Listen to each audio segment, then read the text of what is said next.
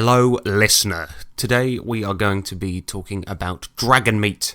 Now, if you've been a long-time fan of the show, you will remember our previous Dragonmeet episode where we kind of documented everything we did, recorded clips of our games, this, that and the other.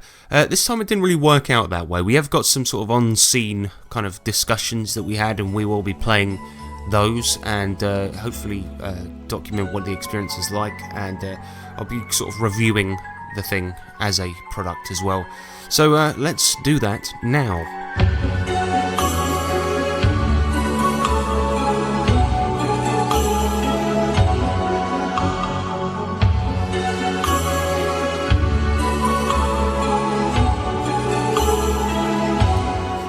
So Dragonmeet, Hammersmith, London, England, the world. This was in the Novotel Hotel near Hammersmith train station, and it's quite big. As far as I know, they rented out an extra floor this year, although we didn't actually manage to find where it was, but they had one floor that had a bunch of cellars on it, supposedly another floor with a bunch of cellars on it, and then above that you got RPG rooms. But on one of the floors, they also have like a massive gaming space where you have this like bring and buy sale and loads more gaming tables and stuff. And right in that space is the Modifius area, because they kind of organised the convention as far as I'm aware.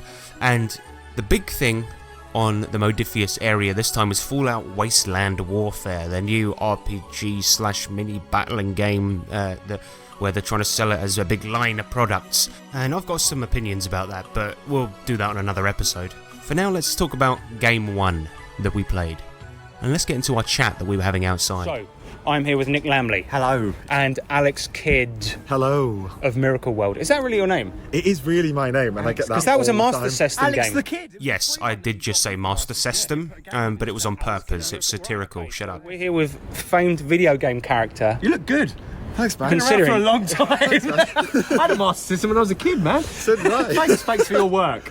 Yeah, you've donated a lot to the... God, what are we even saying? are we doing? Right, so we are here at Dragonmeet. We've played a single game thus far. Yes. The game being Whacked in the Wicket, an adventure me and Nick wrote. Yeah. And I've got to say, out of 10, I'll give it 10 for the writing. Oh, thanks. Yeah, for the writing, yeah. Not Yeah. for the execution. You basically play five posh knobs that have been forced to do an art heist by a gangster because you fucked up his painting. Mm-hmm. And we had a bloody good time with it, man. We had a new one. They actually brought him back this time. So, Never had that happen before. spoiler alert, but what happens is you have to get specifically a nude painting by this guy who's like a real massive art guy. He's an artist, some people often call that. And essentially what happens is you break into the exhibition, a bunch of shit happens, and then you find out there's no nudes there, so you have to track him down at his care home where he's been posted up by his son.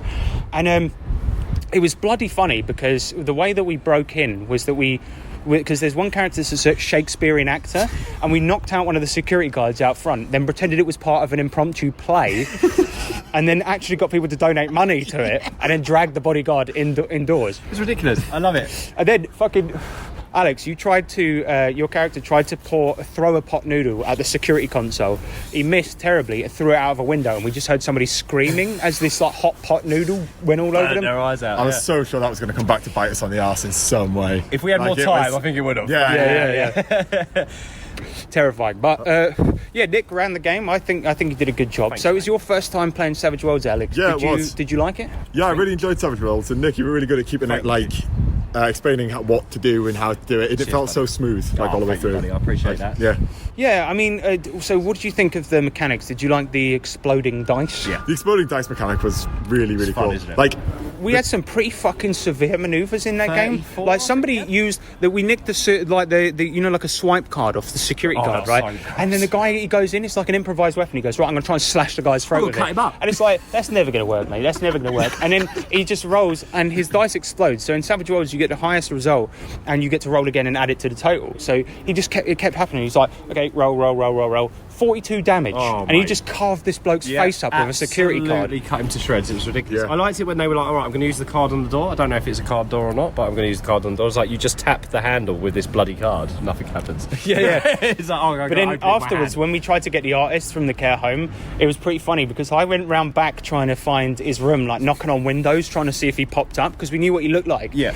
And it turns out that I stumbled in on a bunch of people that were starting a mutiny on all the nurses nursing staff, and my guy was like, he's this old sort of, let's call him what it is, he's a little bit racist, you know, and he's like, right, we get to kill the Germans, the war's back on, bloody war's back, let's do it. And like, these guys are around the front fighting the security guards, I'm at the back like rampaging through, like killing people.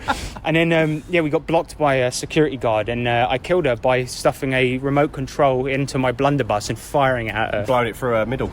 Yeah. Overall though, I think you did a very good job of running the game. I mean, it's a bit sycophantic to talk about our own fucking game, isn't it? It's a bit egotistical, like, yeah, we wrote it and run it, but it's do you know what, I enjoy it every time because it's so cool to run for new people, because you get something back that's different. And to be fair, every time. To be fair to us, like, the format of the fucking game, it actually isn't our own devising. We came up with the adventure, but the way it works is you can play it different every time. So essentially, how it plays is you let the players do whatever they want, and then you get a list of like complications that you can chuck in.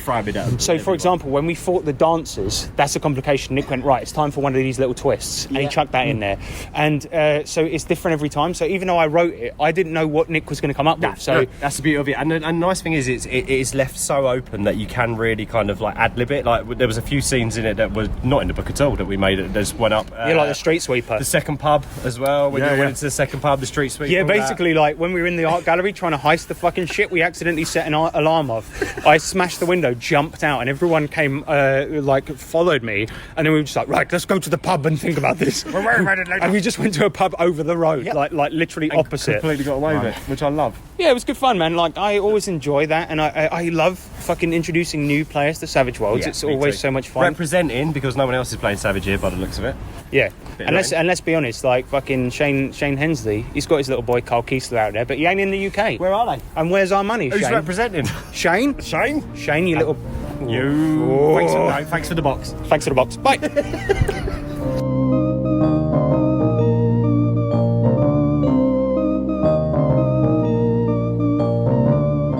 Right, let's talk about the cellars. Yes. As far as we know, there are 2 floors. We've only seen evidence of one thus far.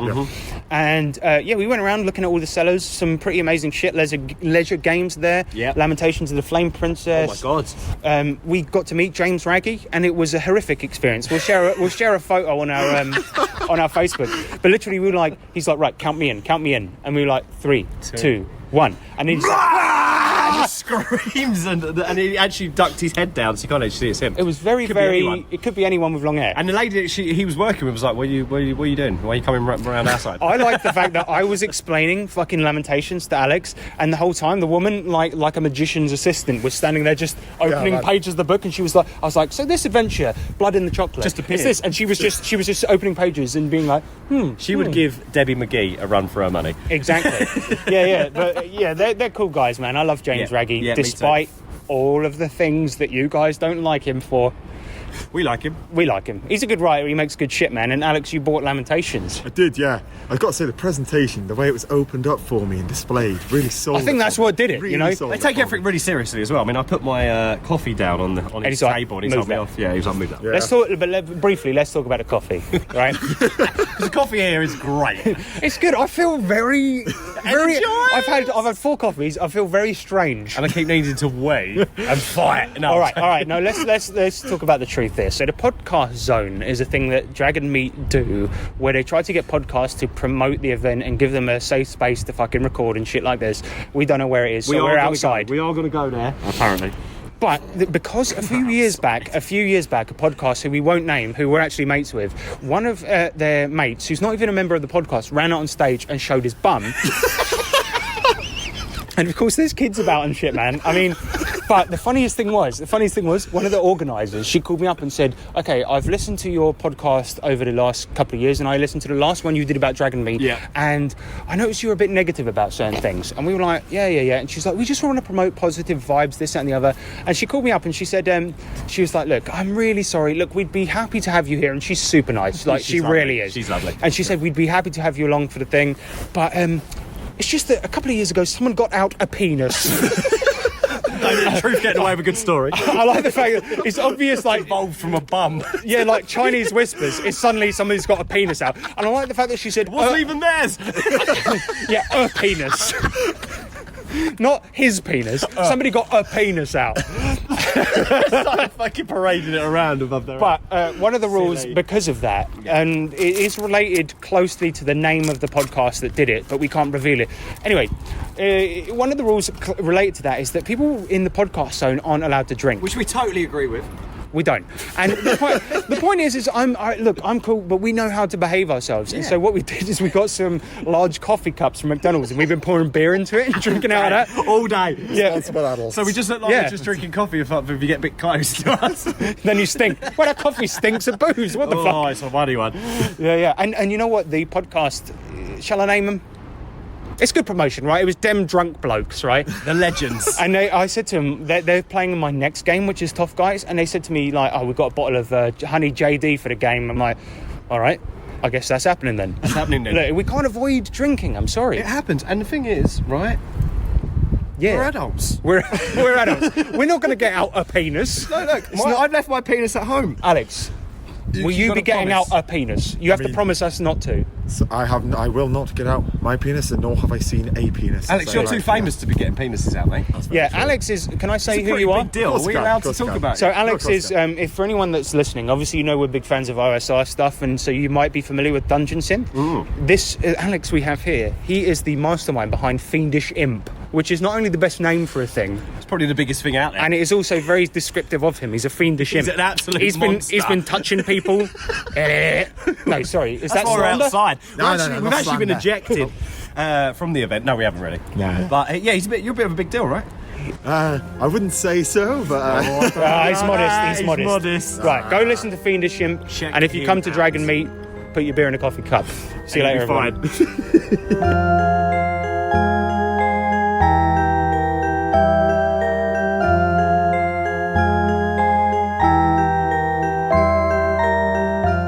So the last musical break and this one are both by Alex, his project Fiendish Imp. Go and give it a listen, it's awesome.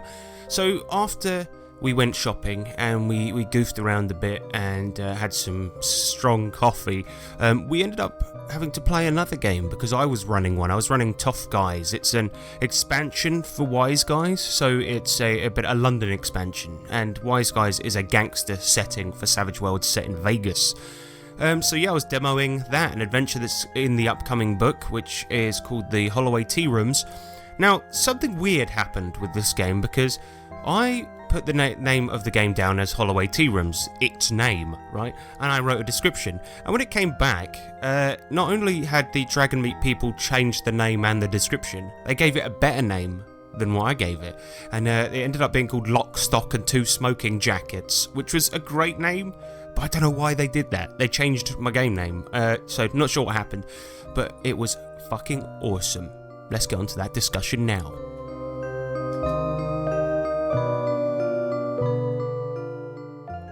We just played game motherfucking... We just played game, my game, not your We game. just Your played game, my game. My game, okay?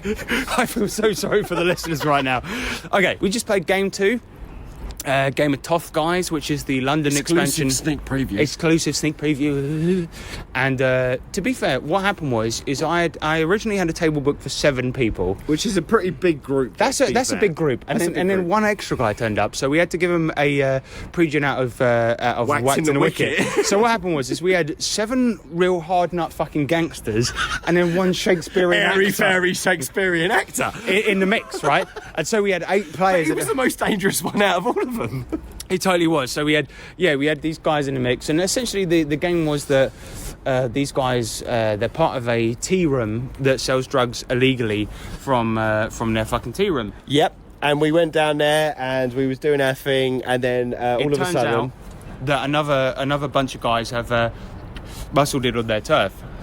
So, what happens in the end is that they have to bring back the boss of the other organisation alive so that their boss can have a go on him. yeah, And it was fucking mental. mate. It was one of the weirdest games that I've ever played because everyone was doing the most crazy acts. We And we used terrain and minis, so it was fucking. There was just people everywhere. And we did. There was one dramatic task where one guy wanted to just smash his van through their fucking barricade and get into their warehouse, and everyone there was like fucking somebody was was throwing a Shakespeare fucking Bible out the window. Somebody was throwing knives over the top of the van. The skull, Hamlet's skull, has been a weapon of lethal intent for all day. Yeah, in Whacked in the Wicket, some guy killed.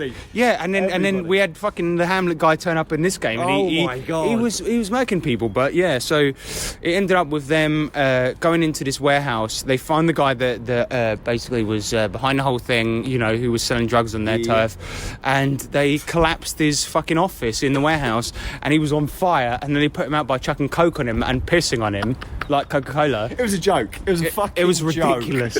And it was one of the craziest games I've ever played, but Great Jesus, playtest. I had a lot of fun. Like that was fun as hell. And we done a whole bottle of honey whiskey. That's the worst thing, right? Shout out to Pumba. Let's do a shout out to okay, them we're gonna drunk blokes. let's go. Let's talk about this. Shogun Pumba of a podcast, Dem Drunk Blokes. He Check turned him up, out. and we'd already been, as we've mentioned earlier in this podcast, Sneaking. we've been sneaking the beers, and then he turns up with Honey JD, and I've had so much of it. We should I feel ask like, him about it. I feel like I'm gonna die. Yeah. And like halfway through the game, there was points where he's like, "I'm gonna beat your toughness." I'm like, "I don't know, I can't read it." Like, Do you know what? Should we get him to explain himself? right, we're going over there now. We're going to bowl over there. We're walking up to Shogun Pumba, and we're going to ask him what the fuck he was doing. We're going to say, oi, them drunk blokes. Yeah. Oi, Oi, Shogun. Shogun, explain yourself. You got to explain yourself on the podcast, right? You're on So the I'm podcast. trying to run a fucking game. Yeah. I'm trying to run a normal fucking game for normal fucking people, and you turn up with Honey JD.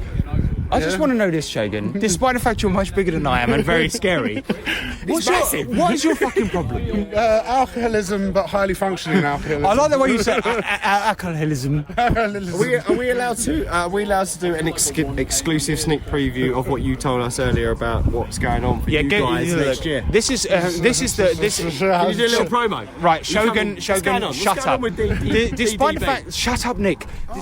As you have no doubt guessed, this is where it sort of starts to melt down a little bit. This is where it all sort of starts to kick in, all the booze and stuff. And we were trying to do an interview with him about his podcast and all of this. So, yeah, let's just kick into where it actually gets relatively normal. All right, okay, Shogun, you say it. You Say say something it. about Say yourself. something. All right, so Dem Drunk Blokes been away for a little while. We lost Dem Drunk Blokes. We lost our laptop. We lost it in a bet. It was horrible. Is that true? That's why you get real fucking news from DDB. So we lost it in a bet, and the bet was with a guy that I can't even mess with. So the laptop's gone. It's gone. No podcast, no laptop, no podcast. Let me tell you this, ladies and gentlemen. When I was waiting for Shogun to turn up at my game, I called him and was like, "Where the fuck are you? I'm going to fucking kill you." Yeah. And he just said to me, "You ain't even met me yet, mate." And I was like, as soon as I saw him, as soon as I saw him, I was like, "Okay, I'm going to die. I'm going to die." 6'3". I was like, He's about 9 foot, right? God. So anyway, He's a Dem, love- shut up. So He's a Dem lovely Drunk bloke. Blokes, tell us about the podcast. Yeah. Right, so it's coming back because you Yes. know Father Christmas and all Fucking that. damn right. He better bring me a fucking laptop or I'm going to chase him down. So once that's back up and running, we're going to run a couple of Call of Cthulhu games. We're going to talk about nerd culture. We're going to talk about alcohol and you know general shittery. And we're going to link up. For Okay, sure. and I want to just say this for our American listeners. If you didn't understand that, I'm sorry. Oh, that's the point, yeah. Because they won't go. He's proper There's London. one thing about the Americans. We've got hundreds of fucking American listeners, or so our statistics says. We've got people in China. We've got go. people in Japan. we've No, got people in New no, Zealand. Shogun. All that says is that you got hundreds of listeners that use a VPN. That's all it is. It's your mum. And that, ladies and gentlemen, is all the usable footage from the day. After this, essentially, I got lost quite a lot because I could barely see and talk. We met up with Daniel Irwin, one of our listeners, who's a really great guy, and as soon as he saw me, I was so off my head, and it was awful. It was awful. I felt like I was going to die. And we ended up playing a game of I, Dark Overlord that I tried my best to cobble together from memories of playing it before. And that's a great game, a card game that's basically The Apprentice Boardroom, if it was all goblins. And we played a game of that, and then Nick and I went home. Whereupon we tried to order a Burger King, and Nick put the Burger King into his bag, and it remained uneaten on the way home because he felt a bit rough. But overall, this year, I would say that Dragonmeet was really, really good. The dealers and sellers, they were absolutely on point. I thought that Mira, the person who organised the podcast zone, was absolutely lovely and did such a great job of organising it. Sorry we broke that rule. I am sorry. But in addition to that, I would say that the whole sign-up process and getting into games was a lot better this time than it was before. If you remember from before, it was basically a big mosh pit with everybody fighting each other. And this time they had like the AM games in the morning, you could go and sign up to them, and then the PM ones later on before those games were about to happen. So it was like 3 different sign-ups as opposed to one big melee right at the beginning of the day. So yeah, actually I had a great time and would love to go again if we're invited. Sorry about the beer thing. And that's Dragonmeet, ladies and gentlemen. And remember that D20s are cool, but 20Ds, now that's a good time. See you later, everyone.